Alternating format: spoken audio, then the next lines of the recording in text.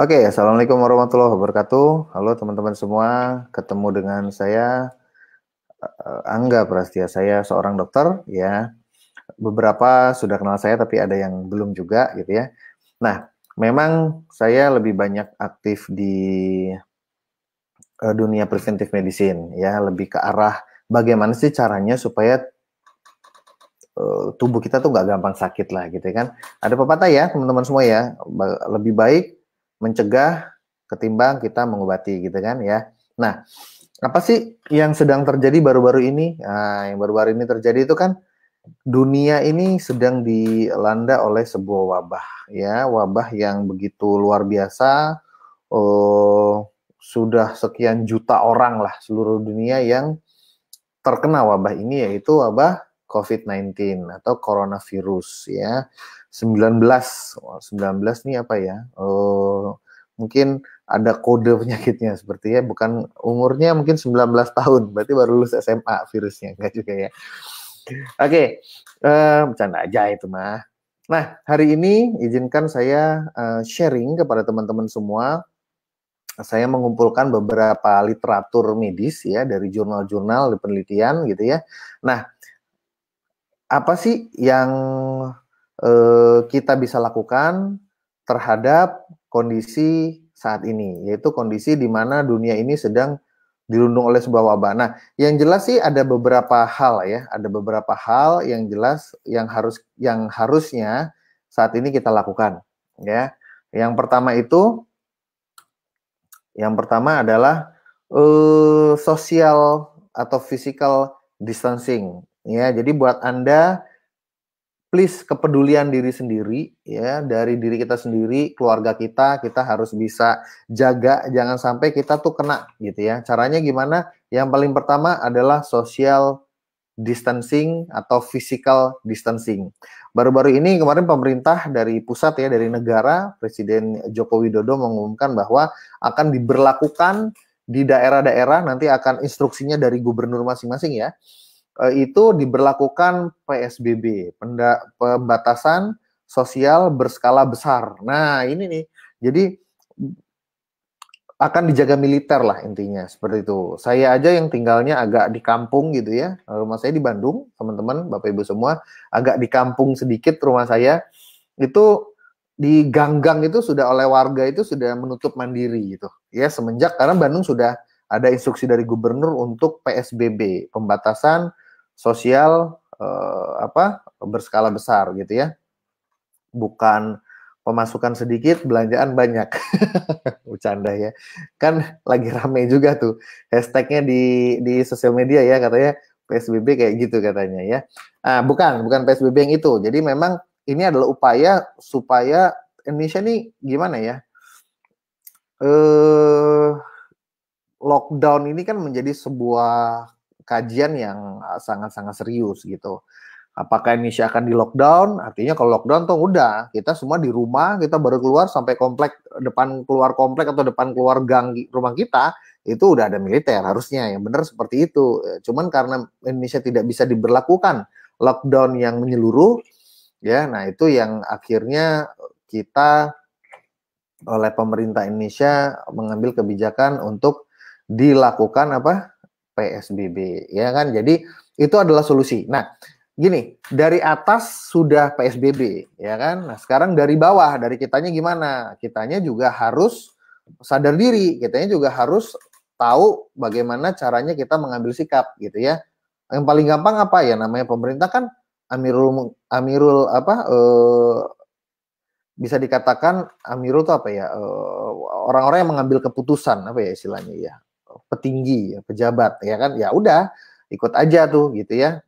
Pemimpin kita mungkin dari sisi ulama gitu ya, dari sisi gubernur juga, dari sisi pejabat-pejabat juga mengatakan hal yang sama gitu ya, bahkan sudah keluar surat resminya. Ya udah, kita tinggal apa, kita tinggal nurut-nurut aja lah ya. Jadi supaya kita bisa menyelamatkan bangsa kita, bangsa Indonesia ini nantinya bisa sehat kembali, Ibu Pertiwi bisa pulih kembali ya, sehingga kita tidak tidak berkepanjangan lah gitu ya. Kan kalau namanya bandara mah udah nggak bisa terbang keluar, yang dari luar juga udah nggak bisa masuk gitu kan ya. Itulah ya. Seperti itu teman-teman semua, jadinya yang paling mungkin kita lakukan saat ini adalah taat kepada Amirul dalam hal ini petinggi-petinggi ya. Saya mau bilang pemimpin agak ya pokoknya ya gitulah ya. Ulil amri itu, kalau ulil amri beda lagi. Kalau ulil amri itu adalah pengambil keputusan, lebih karena ya. Oke, seperti itu. Jadi yang pertama physical distancing, kesadaran diri kita sendiri, gitu aja. Nah, sekarang pertanyaannya gini. Kemarin itu saya dapat berita itu di detik.com itu ada seorang ibu rumah tangga yang positif COVID, ya kan? Padahal dia sudah hashtag diam di rumah. Gimana tuh? Hashtag diam di rumah. Dia sudah diam di rumah, tapi kok bisa positif COVID. Kira-kira apa penyebabnya? Ternyata setelah ditelusuri penyebabnya adalah ibu tersebut dapat tertular dari tukang sayur. Loh, gimana tuh? Ngeri juga ya. Dapatnya dari tukang sayur. Karena tukang sayur itu kan ke pasar pasti kan. Udah pasti gimana tuh tukang sayur, apakah harus dibekali APD, pakai hazmat, pakai kacamata, pakai masker 3 lapis, N95 lagi di luar, terus pakai helm lapis. Ya, rasanya sulit lah seperti itu ya. Nah, yang biasa kita lihat adalah gini aja, di minimarket dekat rumah kita lah gitu ya. Kalau kita lihat-lihat itu masih banyak itu yang nongkrong-nongkrong itu. Nah, gitu loh. Kalau Anda melihat yang nongkrong-nongkrong itu dengan kondisi PSBB kayak gini gimana gitu? Apakah, kan kalau kita melihat itu kan sebuah bentuk yang membahayakan sebenarnya, tindakan yang membahayakan ya. Jadi memang harus kita berani menegur harusnya gitu. Nggak apa-apa diketawain juga banyak ya. Jadi di sosmed cenah katanya ditegur mau diketawain, ya udah nggak apa-apa sih gitu kan. Kewajiban kita udah selesai ya kan. Kewajiban kita sebagai sesama umat manusia, sama manusia saling mengingatkan gitu kan, ya udah selesai kewajiban kita. Ya terserah mereka mau dengerin apa enggak, diketahui juga nggak apa-apa gitu kan. Kecuali kalau Anda orangnya baperan, ya elah baperan hari gini ya. Enggak ya, itu bagian dari dakwah kita juga loh ya. Kita mengingatkan itu bagian dari dakwah juga. Oke, nah itu yang penting. Jadi yang pertama physical distancing ya. Yang kedua, nah ini yang kedua ini nih. Ya, yang kedua ini agak berbeda. Ya, apa tuh yang kedua? Siapa yang tahu? Coba tulis di kolom komentar ya. Solusinya ada 3 ya. Yang pertama physical distancing, sekarang pemerintah sudah menetapkan PSBB ya. Itu solusi pertama, nurut aja, udah nurut. Satu nurut, yang kedua sadar diri, yang ketiga juga kita saling mengingatkan lah ya. Itu solusi nomor 1.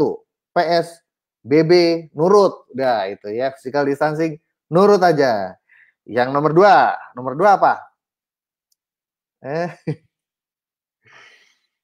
Nomor 2, siapa yang tahu? Ayo coba, saya pengen tahu, tulis dong di kolom komentar dong. Ayo dong, ya kan? Biar kita juga apa? Ada tukar menukar ide ya, tukar menukar informasi ya kan, biar kita juga tahu ya. Jadi oke, yang kedua itu adalah lockdown beneran, fully lockdown. Which is ini yang tidak, bukan tidak ya. Gimana ya? Yang mungkin di Indonesia sulit, tapi nggak tahu sih. Maksudnya ini ya gimana pemerintahnya. Di India lockdown 1,3 juta penduduk, 1,3 juta, 1,3 miliar penduduk India gitu kan, jumlah orangnya lebih banyak dari Indonesia. Ya, selain itu juga India katanya beberapa teman-teman kita yang bolak-balik ke India itu India itu lebih apa ya, lebih bebel orang-orangnya, lebih ngeyel gitu kan daripada orang Indonesia gitu. Tapi ya mau gimana? Rasanya memang kalau orang Indonesia ngeyel terus ini akan terjadi lockdown ini. Saya rasa ini. Ya. Akan terjadi lockdown beneran, ya, akan terjadi lockdown beneran yang artinya dijaga militer. Tapi gini, di Undang-Undang Kegawat Daruratan Wabah ya, ini undang-undangnya loh, bahwa ketika lockdown beneran, jebret tutup gitu ya, itu mau tidak mau ada di undang-undang bahwa pemerintah sebuah negara harus mensuplai logistik kepada masyarakatnya. Nah, menurut Anda gimana?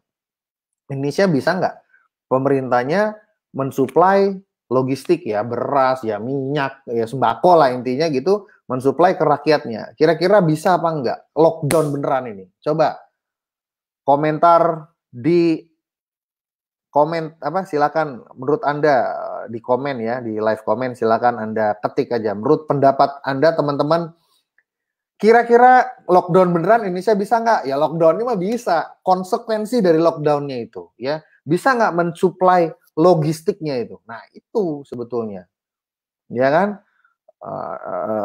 Kemarin aja kayaknya belum kelar pembangunan tol ya apa tuh kayaknya masih banyak apa menambah pundi-pundi amanah pinjaman dana dari pihak-pihak luar lah ya. Nah itu yang saya menjadi apa ya agak-agak serem gitu kalau orang Indonesia ini di lockdown beneran, and then pemerintah kita ternyata tidak mampu untuk suplai logistik. Nah yang terjadi apa? Lauk daun ya, lauk daun bukan lockdown ya Pak Winarno nih ya. Yang terjadi adalah yang punya duit, orang-orang yang punya duit itu akan nyetok barang, ya kan? Nyetok barang berlomba-lomba mereka akan beli, ya kan? Buat menyelamatkan diri dan keluarganya itu yang punya duit, ya kan? Nah, mau kabur luar negeri juga nggak bisa, soalnya bandara ditutup kan, dan negara tujuannya juga tutup semua. Walaupun punya duit juga gimana, misalnya, oh saya mau kabur aja ke Singapura, loh Singapura tutup dari luar nggak bisa masuk, gimana caranya? Walaupun punya duit gitu ya. Nah jadi harusnya Indonesia bisa kalau Menteri Kesehatannya saya ya, presidennya terserah, asal Menteri Kesehatannya saya bisa tuh ya komen. Ada yang komentar ya. Siapa tuh yang bilang begitu tuh? Nah, aduh saya dipanggil kakak. Malam kak ya, malam juga dek ya. Alhamdulillah mukanya awet muda ya panggilnya kakak gitu ya. Kalau bahasa Koreanya opa ya, opa-opa gitu kan. Masa opa hidung, kalau orang Korea tuh harus putih-putih gitu. Kalau saya nggak cocok panggil opa. Ya, selain nyetok logistik ada juga nyetok botol. Enggak ya, bercanda. Ya gimana gitu. Katanya kemarin kan akhir tahun itu kan perdebatan antara BPJS ya dengan pemerintah itu intinya akhirnya Mahkamah Konstitusi atau Konstitusi Mahkamah Agung mengambil keputusan yaitu BPJS iurannya tidak boleh naik ya kan, harus balik ke iuran awal katanya begitu. Faktanya kemarin saya dapat tagihan BPJS loh, kok masih harga lama ini ya, nggak turun ya. Nah terus keburu corona terus terjadi karantina massal gitu kan ya, terjadi WFH massal, dan terjadi di situ tuh kita jadi bertanya-tanya ya, BPJS aja pemerintah kagak bisa subsidi, BPJS loh yang cuman berapa sih, 80.000 ya sebulan, 80.000 sebulan nggak bisa subsidi ya kan. Bagaimana menyetok sembako tiap hari, minyak, beras, telur, aduh ini ya. Yang ada tadi satu tuh yang punya duit, yang the have, orang-orang kaya akan nyetok barang-barang tersebut ya. Nah terus yang nggak punya uang gimana gitu ya. Kemarin saya dapat lagi meme itu, ada yang fenomena gunung es ya. Gunung esnya itu di puncak gunungnya itu ojol ya kan. Ojol diperhatikan oleh Bapak Presiden, katanya ojol kasihan lah gitu, mereka tuh berjibaku mencari nafkah. Hey, halo Pak Presiden, Anda nggak lihat tukang jual telur gulung yang biasanya jualan di depan SD? Aduh, itu mereka ngapain sekarang? SD-nya aja tutup. Ya itu tuh cuman hal kecil ya. Itu sebagian kecil aja itu sebetulnya. Kalau kita lihat ojol gitu ya, itu kecil itu. Jadi memang masih banyak yang kita harus lihat gitu ya. Bagaimana dengan tukang becak? Gimana dengan ya ojol, oke. Pedagang kaki lima ya yang ada di pinggir jalan itu ya kan. Terus yang jelas ada departemen store Ramayana. Karyawannya di PHK massal, jebret. Nah, lo tuh gimana tuh? Kan ngeri tuh. Ya. Terus bagaimana dengan distro-distro ya, pengusaha fashion, ya, oke lah, Ramayana fashion ya, termasuk ya distro juga. Gitu. Terus gimana dengan apa sista-sista online shop yang jualan fashion lewat online, lewat Instagram, itu nggak ada yang beli itu.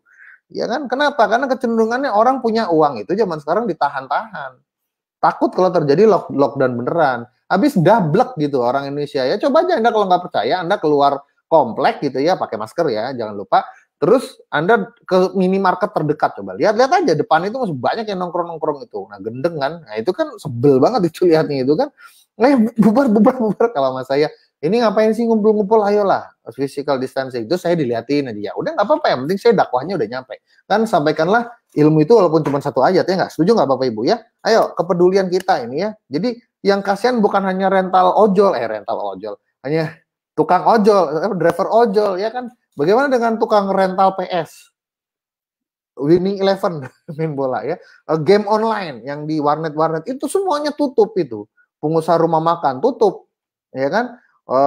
Kafe-kafe ya ada yang kafe yang normal, ada kafe yang tidak normal, dua-duanya tutup. Ya mau normal mau tidak normal tutup semua.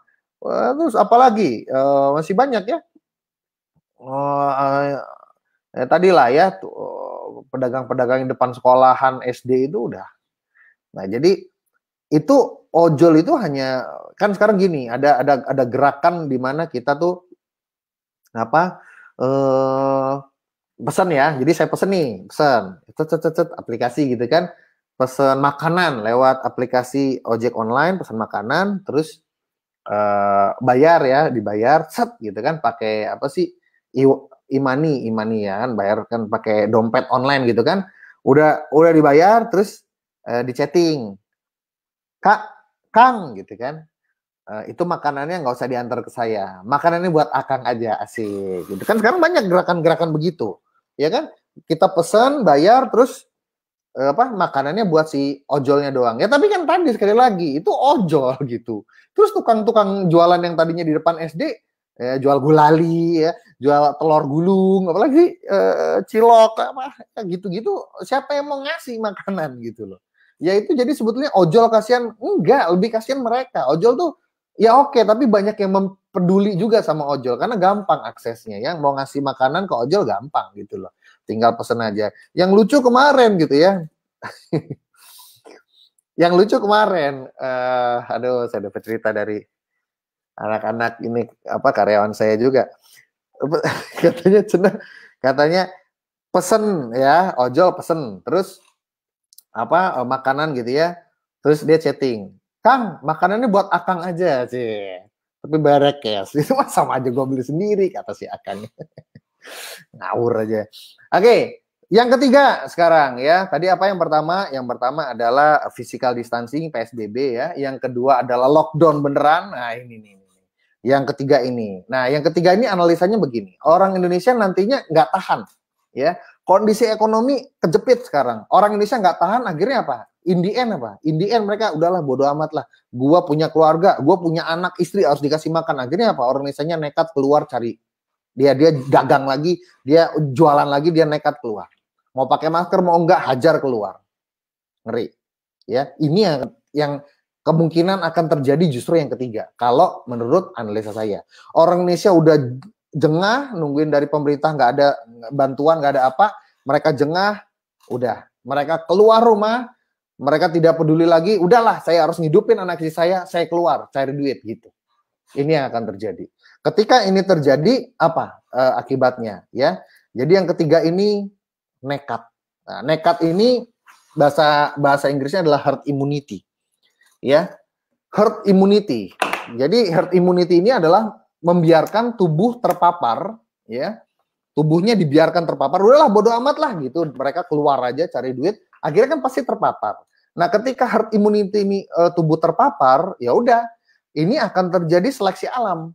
Orang-orang yang antibodinya kuat, ya, dia akan bertahan. Orang-orang yang antibodinya lemah, sudah, goodbye gitu loh, ya. Nah, saya mau masuk slide sekarang, oke? Slide-nya kita tampilkan. Wah, kurang gede tampilan slide-nya nih. Masih kecil. Oke, nah ini slide-nya sudah tampil ya. Oke, jadi resikonya adalah ketika terjadi apa? Nah, ini definisi WHO ya. Kita lewat-lewat aja lah. Ini mah Anda bisa googling sendiri ya. Udah tahu ya kalau ini mah ya. Apa evidence-nya? Nah, ini ya. Intinya begitu. Nah, jadi di herd immunity ini yang terjadi ini ekstrim kondisinya. Ekstrim, ya. Ekstrim, masyarakat bisa jengah, nggak ada bantuan, mereka keluar cari duit dan terpapar. Kalau imunnya sehat, alhamdulillah aman, ya. Nah, bagaimana sekarang kita menjaga imun kita sehat? Intinya kan gitu aja, ya kan? Sehingga kalaupun ini terjadi, nah ini ya, herd immunity ini kalau terjadi, ini secara ilmiah 60-70% rakyat Indonesia akan terjangkit oleh virus ini. Ya, datanya seperti itu.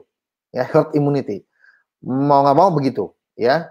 Dan yang mortalitas, yang meninggal gitu ya, ya sudah goodbye. Ya udah seleksi alam. Kalau Anda tahu ada filmnya tuh, filmnya I Am Legend ya judulnya ya. Nah, itu dibiarin aja gitu.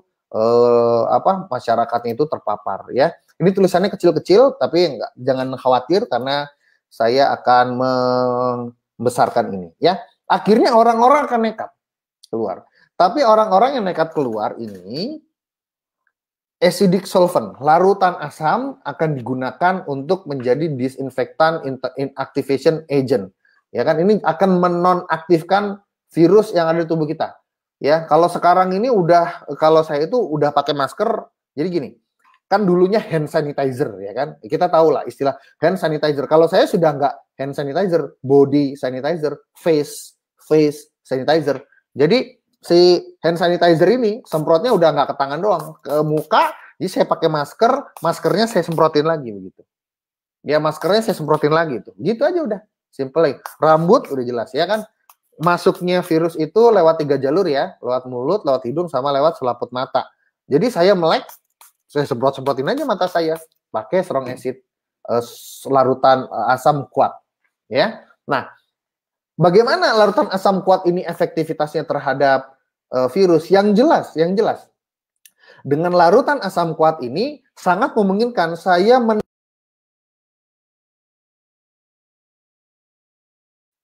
apa nih? Selaput mata, hidung.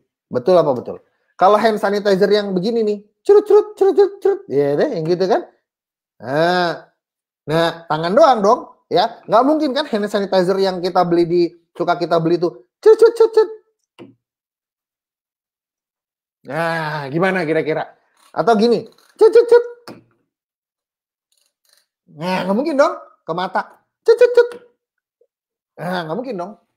Anda berani hand sanitizer-nya di cut. Oles ke mata gini, Anda berani nggak? Kan ngeri gitu. Nggak mungkin kan kita lakukan itu kan? Ya nggak mungkin. Tapi kalau bentuknya sanitizer-nya adalah itu yang based on alkohol ya. Ini yang based on acidic ya. Jadi ada 2 sterilisasi ya, larutan ya.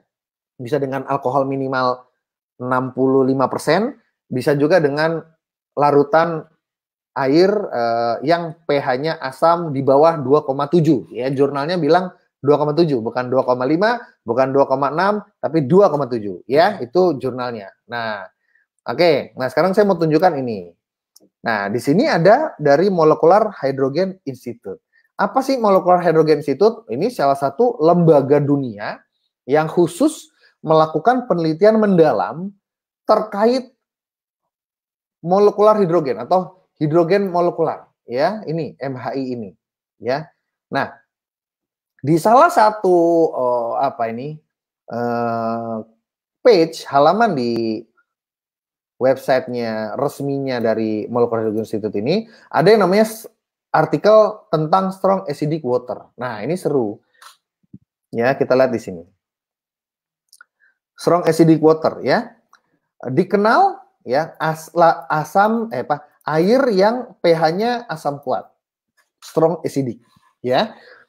Saya gedein ya biar lebih enak baca. Nah, ini Ini ya. Nah, dalam istilah jurnal literatur nih, literatur dalam jurnal ya, jurnal-jurnal, dalam textbook buku-buku, itu tidak dikenal dengan istilah ini.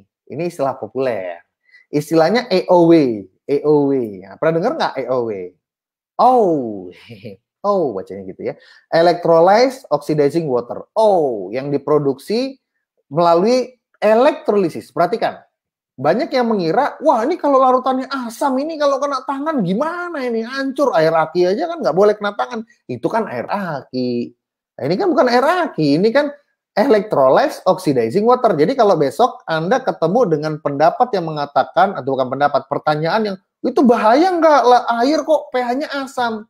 Oh tenang, Anda buka molekularhidrogeninstitute.com /strong acidic water ya, kayak gini ya alamat ini ya.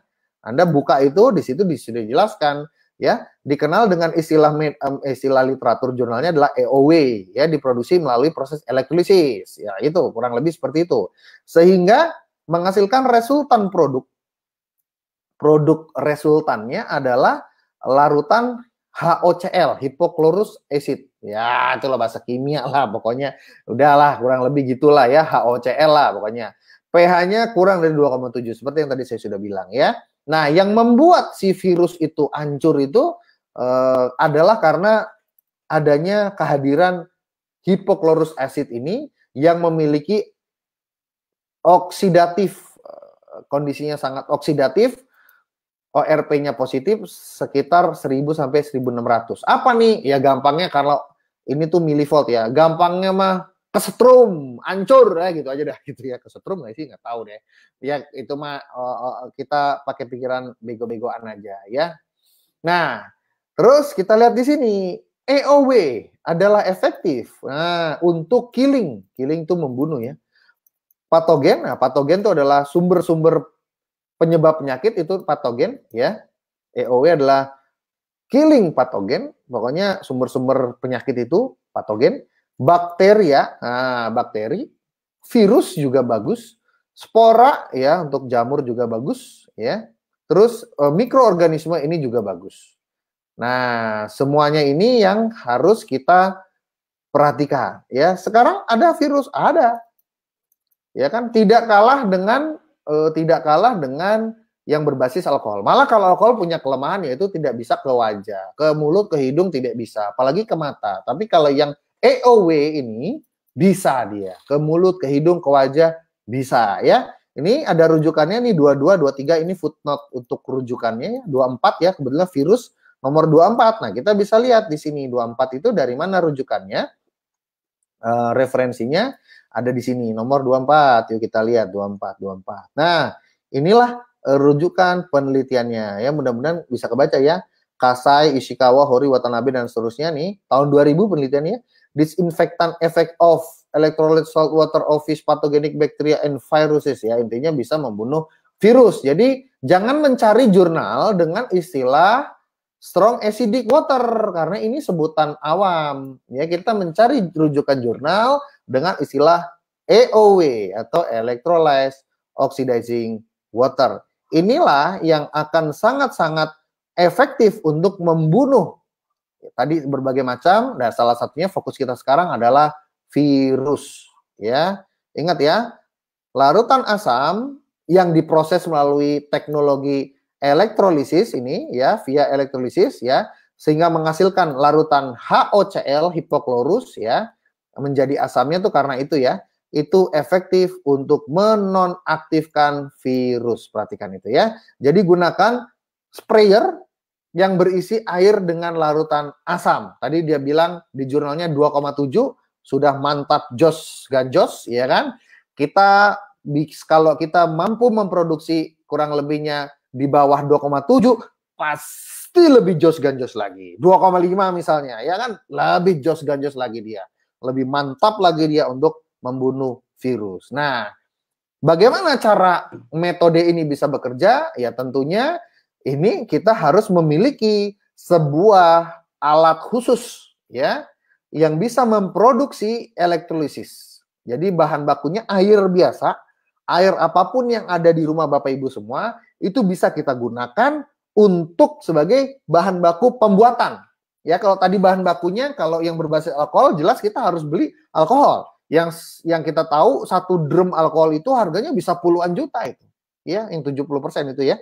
Itu buat bahan bakunya terus nanti dicampur lagi sama solvent untuk gel supaya dia bentuknya jadi gel. Itu mahal sekali harganya, puluhan juta, ya kan? Nah, kalau Anda bisa dengan teknologi elektrolisis ini, alat khusus untuk elektrolisis ini, maka ongkos produksinya akan amat sangat murah, bahkan bisa 0 rupiah. Kalau khusus Anda yang punya airnya nggak, maksudnya kalau airnya kan ada yang PDAM gitu ya, air ledeng gitu ya. Kalau Anda airnya air sumur bor dan kualitasnya memang bagus, udah itu bisa langsung menjadi bahan baku, 0 rupiah itu. Ya Allah sudah kasih di dalam tanah air ya. Kita pakai itu, air itu bisa jadi bahan baku dengan modal 0 rupiah. Yang penting apa? Yang penting kita memiliki apa? Mesin khusus untuk bisa memproduksi EOW dengan metode elektrolisis. Gampangnya seperti itu, ya. Nah, kurang lebih itu yang paling mungkin dan akan terjadi, ya. Rakyat Indonesia tidak bisa di PSBB, rakyat Indonesia tidak bisa di lockdown, akhirnya rakyat Indonesia harus cari duit, ya kan? Harus nafkahi keluarga. Akhirnya orang Indonesia, kita rakyat Indonesia ini akan keluar dari rumah, itu akan terjadi. Ya, prediksi saya akan ke arah sana. Coba, menurut Anda masuk akal nggak prediksi saya? Orang Indonesia akan keluar gitu ya, akan tetap maksa cari duit karena kita nggak bisa nggak makan anak-anak kita, keluarga kita di rumah nggak bisa kalau nggak makan, pasti makan, ya kan? Nah, menurut Anda gimana? Mungkin kemungkinan yang mana yang akan terjadi di culture seperti masyarakat Indonesia ini? Apakah yang pertama PSBB akan nurut orang Indonesia, atau yang kedua apa tadi? Yang kedua lockdown total apakah akan terjadi di Indonesia? Ya, konsekuensinya ya, pemerintah harus menyiapkan logistik sembako, membagikan. Sedangkan faktanya BPJS saja yang katanya nggak boleh naik, buktinya saya dapat tagihan masih pakai harga yang setelah naik. Harganya belum kembali ke harga normalnya. Iuran BPJS saya, entah kenapa ya. Atau yang ketiga, rakyat Indonesia jengah, rakyat Indonesia tidak bisa karena keluarganya harus dikasih makan, akhirnya keluar. Yang mana yang akan terjadi? Silakan tulis komentar Anda di kolom chat, live comment. Oke, itu materi dari saya pada malam hari ini. Ya, kalau ada yang ingin tanya jawab juga boleh ya. Oke ya. Dan kembali lagi, sekarang kita bicara tentang peluangnya. Oke, peluangnya. Oke, yang ketiga yang masuk akal ya, sangat masuk akal ya. Oke, teman-teman, yang ketiga sangat masuk akal, logis ya. Ini memang akan terjadi, feeling saya prediksinya akan yang ketiga. Ya. Nah, sehingga kita sekali lagi kita perlu memiliki sebuah alat khusus untuk teknologi tersebut. Nah, itu. Ya. Dari awal prediksi herd immunity, seleksi amal. Oh ya, seleksi alam dan juga seleksi amal. Betul. Karena jika Anda memiliki sebuah alat khusus untuk memproduksi EOW, Anda bisa beramal ini sebanyak-banyaknya. Karena bahannya air, pH-nya tadi katanya 2,7 ya. Kalau Anda bisa bikin di bawah itu pastinya lebih jos ganjos. Dan ini bisa Anda amalkan. Jadi amal, jariah, sedekah. Anda kebayang nggak? Anda bagi-bagi ini ya. Hanya modalnya 0 rupiah, itu jadi amal gitu. Ya. Nekat memang, PSBB faktanya nekat, nyari makan. Ya kalau saya mah keluar komplek juga PSBB, di situ ada tukang martabak di depan masjid, rame. Indomaret rame. Waduh, luar biasa. Itu orang Indonesia seperti itu. Nah, maka itu teknologi seperti apa sih EOW ini, alatnya kayak gimana sih bentuknya untuk memproduksi EOW dengan elektrolisis ini? Nah, hari Minggu besok ada pertanyaan, jurnalnya apa ya tadi judulnya? Anda cari di molekularhidrogeninstitute.com. Nah, di situ ya. Oke, di situ ya, cari ya. Molekular hydrogeninstitute.com, bahasa Inggris ya, jangan tanya ejaannya ke saya. Ketik aja salah, nanti sama Google kan dibetulin tuh kalau salah spellingnya ya. Oke, nah hari Minggu besok kita akan ada lagi ya, akan ada lagi khusus pembahasannya. Kalau saya ini kan pembahasannya dari sisi jurnalnya. Nah sekarang kondisinya ketika kita, keluarga kita dalam kondisi kepepet seperti kayak gini, apa yang kita bisa lakukan? Ya, yang bisa kita lakukan, cari duit. Ya kan, seperti tukang telur gulung depan SD, pasti mereka akan keluar cari duit itu. Pasti itu. Ya, tukang gorengan, ibu jualan gorengan di depan sepi, nggak mungkin dia kalau suruh lockdown. Dia pasti nekat jualan. Nah, maka itulah kita juga harus bisa melihat peluang ke sana. Ya, peluang ke sananya gimana? Nah, hari Minggu besok jam 13, oke, Anda akan mengikuti sesi lanjutan dari pemaparan saya pada hari ini. Ya, sesi lanjutan ini akan lebih membahas tentang alatnya tuh seperti apa, ya kan? Bagaimana kita mengaplikasikan teknologi EOW ini di rumah kita dengan modal 0 rupiah, bahkan bukan hanya seleksi alam, tapi juga seleksi amal. Nah, itulah yang kita akan bahas lebih detailnya nanti di acara yang namanya adalah kangen gathering online, ya kan? Kenapa harus kangen? Karena kita sudah terlalu lama di rumah, di lockdown, di karantina. Pastikan kita jadi kangen satu sama lain, betul ya? Nah, makanya supaya kita nggak kangen satu sama lain, kita jumpa lagi hari Minggu jam 1 siang, oke?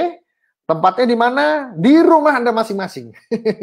Iya dong, di rumah masing-masing. Ini kan kita masih suasana PSBB ini ya. Di rumah Anda masing-masing, di channel YouTube-nya, nanti akan ada, kita akan live di YouTube ya. Nanti akan ada linknya. Ya, linknya kalau YouTube, kebijakannya memang nggak bisa dikasih jauh-jauh hari. Linknya hanya bisa didapatkan 15 menit sebelum live-nya berlangsung. Nah, jadi gimana? Buat Anda yang sekarang mendengarkan saya, menyimak pemaparan dari saya pada malam hari ini, tolong, please banget, Anda kontak orang yang memberikan informasi paparan ini hari ini kepada Anda, kontak beliau lagi, bro, Mas, Mbak, Pak, Bu, Akang, Teteh, hari Minggu cara ininya gimana, linknya di mana, nanti kasih ya ke saya linknya gitu. Dan yang paling penting adalah Anda pasang alarm deh, mendingan deh ya, Anda pasang alarm supaya nanti di hari Minggu besok ini jam 1 siang, ya jam 1 kurang 15 bahkan Anda sudah standby karena linknya akan dibagikan di sana. Oke, Bapak Ibu, mudah-mudahan paparan saya bermanfaat walaupun cuma sekilas, tapi trust me, ya. Anda tadi juga sudah komentar kan di kolom chat ya, live comment ya.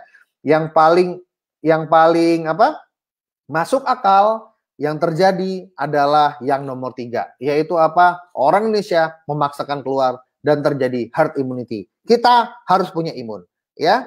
Semoga Menteri Kesehatan nonton kaget online ini. Wah, saya Menteri Kesehatan, Menteri Kesehatan Republik Kat, asik ya. Enggak, doakan saya jadi Menteri Kesehatan beneran, ya. Nanti periode berikutnya, kalau belum periode berikutnya lagi, kalau belum periode berikutnya lagi, doain aja terus ya, supaya Indonesia ini bisa lebih sehat gitu. Menteri Kesehatan harus ganti sama saya.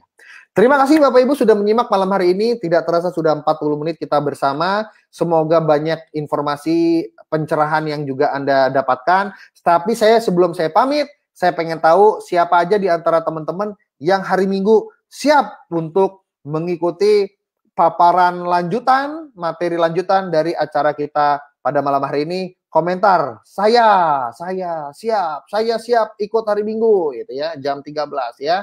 Saya siap menyimak. Ingat, standby 15 menit sebelum jam 1 siang. Oke?